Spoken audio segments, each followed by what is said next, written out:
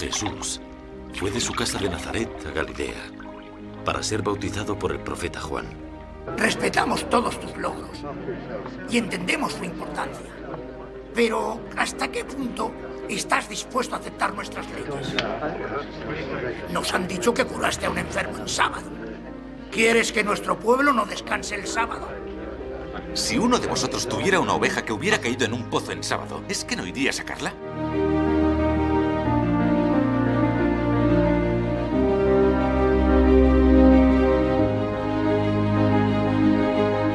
Porque, en efecto, el Señor de todas las cosas dio a sus apóstoles el poder de predicar el Evangelio.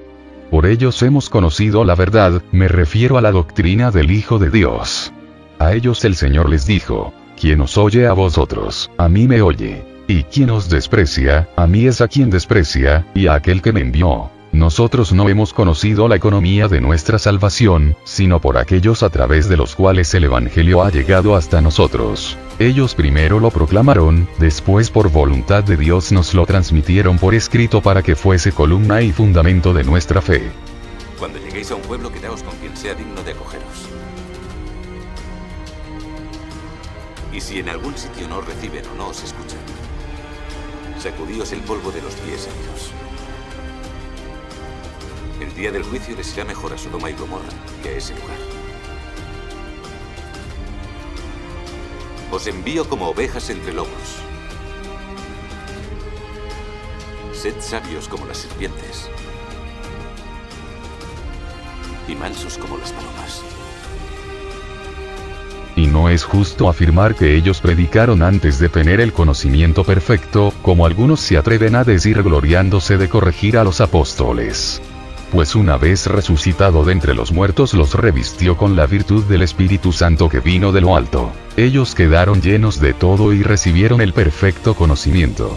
Luego partieron hasta los confines de la tierra, a fin de llevar como buena nueva todos los bienes que Dios nos da, y para anunciar a todos los hombres la paz del cielo. Tenían todos y cada uno el Evangelio de Dios. Mateo, que predicó a los hebreos en su propia lengua, también puso por escrito el Evangelio, cuando Pedro y Pablo evangelizaban y fundaban la iglesia.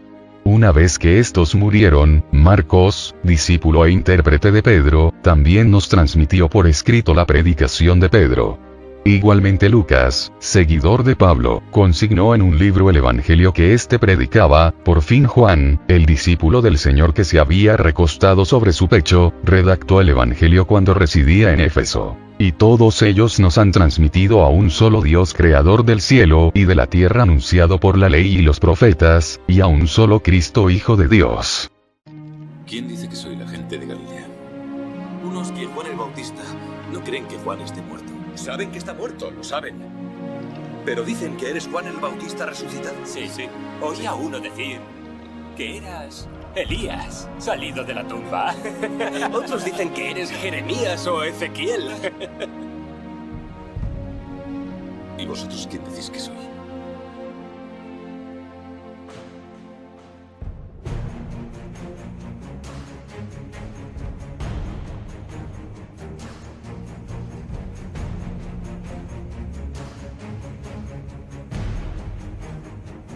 El Mesías.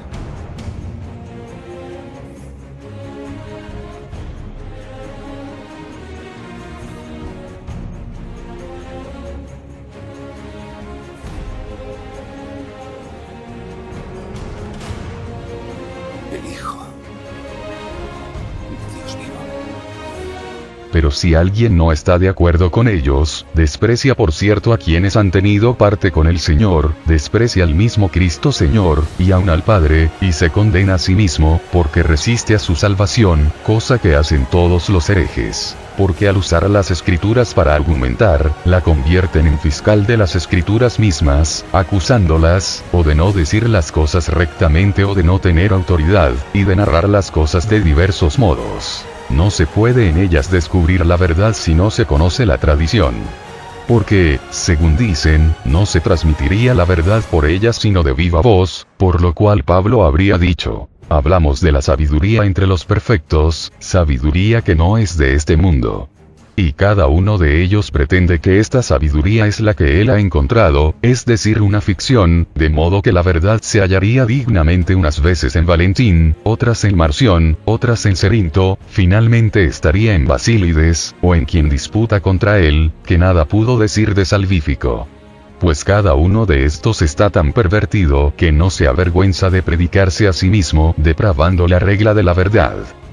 Cuando nosotros los atacamos con la tradición que la Iglesia custodia a partir de los apóstoles por la sucesión de los presbíteros, se ponen contra la tradición diciendo que tienen no solo presbíteros sino también apóstoles más sabios, que han encontrado la verdad sincera. Porque los apóstoles habrían mezclado lo que pertenece a la ley con las palabras del Salvador.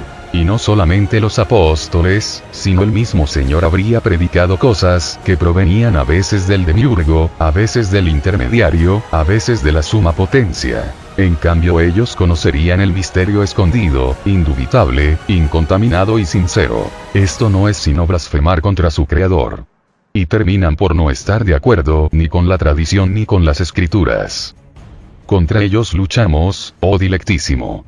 Aunque ellos tratan de huir como serpientes resbaladizas. ¡Ay de vosotros, escribas y fariseos! ¡Sois hipócritas! Porque cerráis el reino de los cielos a los hombres. No entráis vosotros y no dejáis que entren los demás. ¡Guías ciegos! No podéis con un insecto y os tragáis un camello.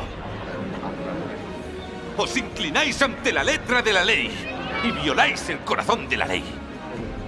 Justicia, misericordia, buena fe. Sois como sepulcros blanqueados, limpios y bonitos por fuera, pero por dentro, llenos de huesos de muertos y de corrupción. La vuestra es una casa de desolación, el hogar donde viven el lagarto y la araña. Serpientes, camada de víboras, ¿cómo podréis escapar a la condenación? Aquí no volveréis a verme, no hasta que aprendáis a gritar: bendito el que viene en nombre del Señor, porque mi Padre y yo somos uno y el mismo. Por eso es necesario resistirles por todos los medios, por si acaso podemos atraer a algunos a convertirse a la verdad, confundidos por la refutación. Cierto, no es fácil apartar a un alma presa del error, pero no es del todo imposible huir del error cuando se presenta la verdad. Para todos aquellos que quieran ver la verdad, la tradición de los apóstoles ha sido manifestada al universo mundo en toda la Iglesia, y podemos enumerar a aquellos que en la Iglesia han sido constituidos obispos y sucesores de los apóstoles hasta nosotros, los cuales ni enseñaron ni conocieron las cosas que aquellos deliran. Pues, si los apóstoles hubiesen conocido desde arriba misterios recónditos, en oculto se los hubiesen enseñado a los perfectos, sobre todo los habrían confiado a aquellos a quienes encargaban las iglesias mismas. Porque querían que aquellos a quienes dejaban como sucesores fuesen en todo perfectos e irreprochables, para encomendarles el magisterio en lugar suyo. Si obraban correctamente se seguiría grande utilidad, pero, si hubiesen caído, la mayor calamidad. Dios ama tanto al mundo que ha enviado a su Hijo, para que quien cree en Él no muera y pueda tener vida eterna.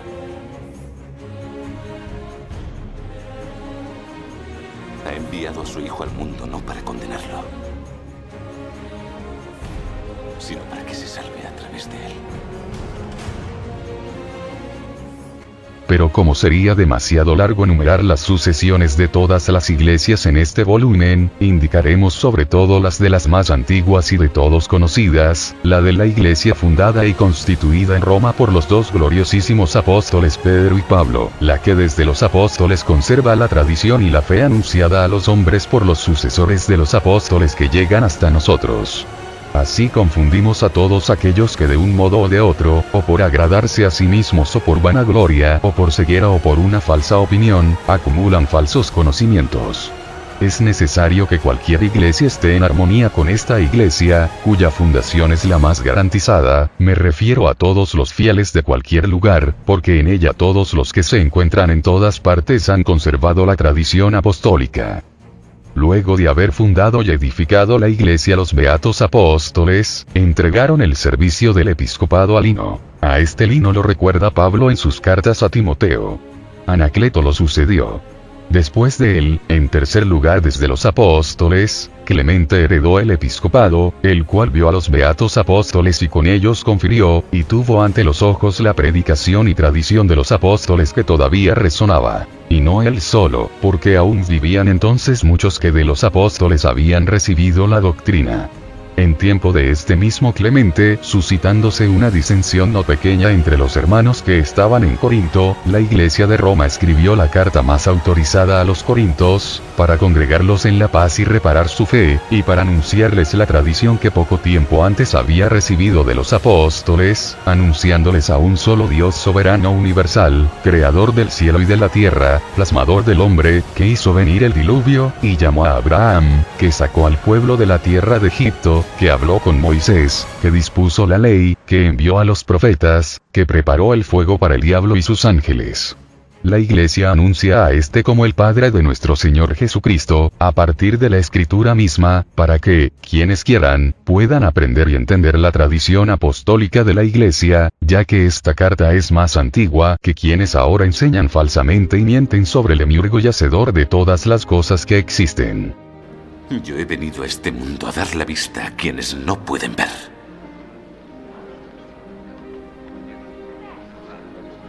Y a quitar la vista a quienes sí pueden ver. ¿Qué quieres decir? ¿Que los rectos estamos ciegos? Si estuvierais ciegos, estaríais sin pecado. Pero puesto que decís vemos, el pecado permanece.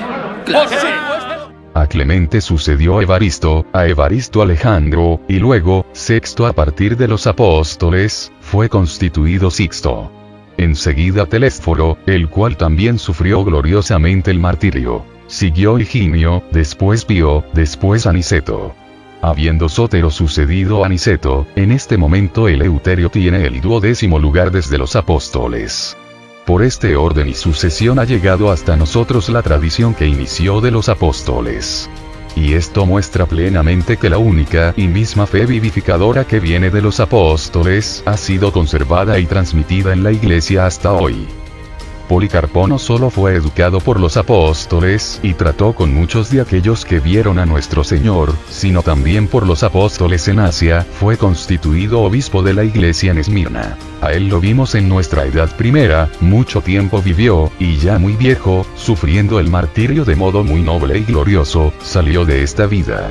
Enseñó siempre lo que había aprendido de los apóstoles, lo mismo que transmite la iglesia, las únicas cosas verdaderas. De esto dan testimonio todas las iglesias de Asia y los sucesores de Policarpo hasta el día de hoy. Este hombre tiene mucha mayor autoridad y es más fiel testigo de la verdad que Valentín, Marción y todos los demás que sostienen doctrinas perversas. Este obispo viajó a Roma cuando la presidía Aniceto, y convirtió a la iglesia de Dios a muchos de los herejes de los que hemos hablado, anunciando la sola y única verdad recibida de los apóstoles que la iglesia ha transmitido. Dijo, Jerusalén, hija de Sión, he aquí que tu rey vendrá a ti siendo humilde y manso. ¡Saludad al Señor, hijo de David! Maestro, eres la esperanza de Israel. Tú eres nuestro profeta y nuestro salvador. Algunos le oyeron contar que Juan, el discípulo del Señor, habiendo ido a los baños en Efeso, divisó en el interior a Cerinto. Entonces prefirió salir sin haberse bañado, diciendo: vayámonos, no se vayan a venir abajo los baños, porque está adentro Cerinto, el enemigo de la verdad. Y del mismo Policarpo se dice que una vez se encontró a Marción, y éste le dijo: ¿me conoces? Él le respondió: te conozco, primogénito de Satanás. Es que los apóstoles y sus discípulos tenían tal reverencia, que no querían dirigir ni siquiera una mínima palabra a aquellos que adulteran la verdad, como dice San Pablo. Después de una o dos advertencias, evita al hereje, viendo que él mismo se condena y peca sosteniendo una mala doctrina. ¡Jerusalén! La que era ciudad fiel. la que estaba llena de justicia, se ha convertido en una ramera. También existe una muy valiosa carta de Policarpo a los filipenses, en la cual pueden aprender los detalles de su fe y el anuncio de la verdad quienes quieran preocuparse de su salvación y saber sobre ella. Finalmente la iglesia de Éfeso, que Pablo fundó y en la cual Juan permaneció hasta el tiempo de Trajano, es también testigo de la tradición apostólica verdadera.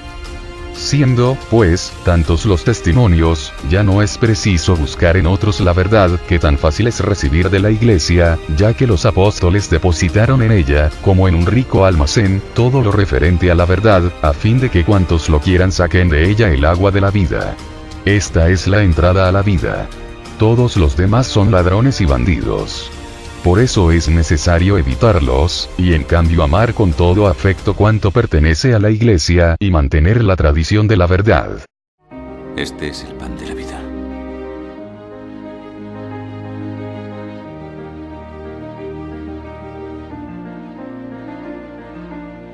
Quien coma de este pan tendrá vida eterna. Comedlo. Porque este es mi cuerpo.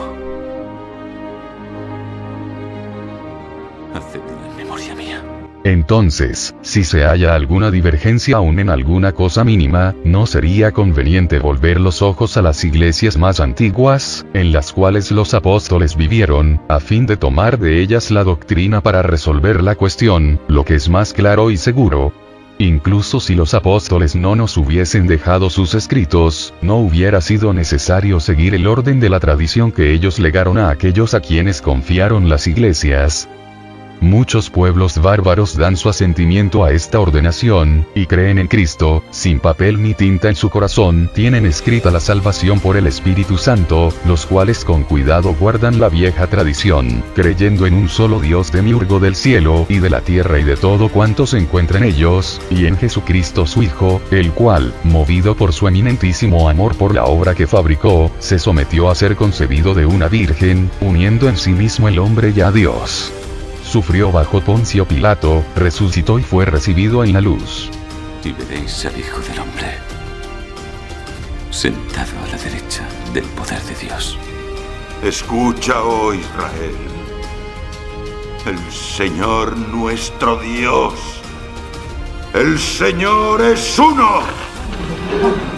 De nuevo vendrá en la gloria como Salvador de todos los que se salvan y como juez de los que son juzgados, para enviar al fuego eterno a quienes desfiguran su verdad y desprecian a su Padre y su venida.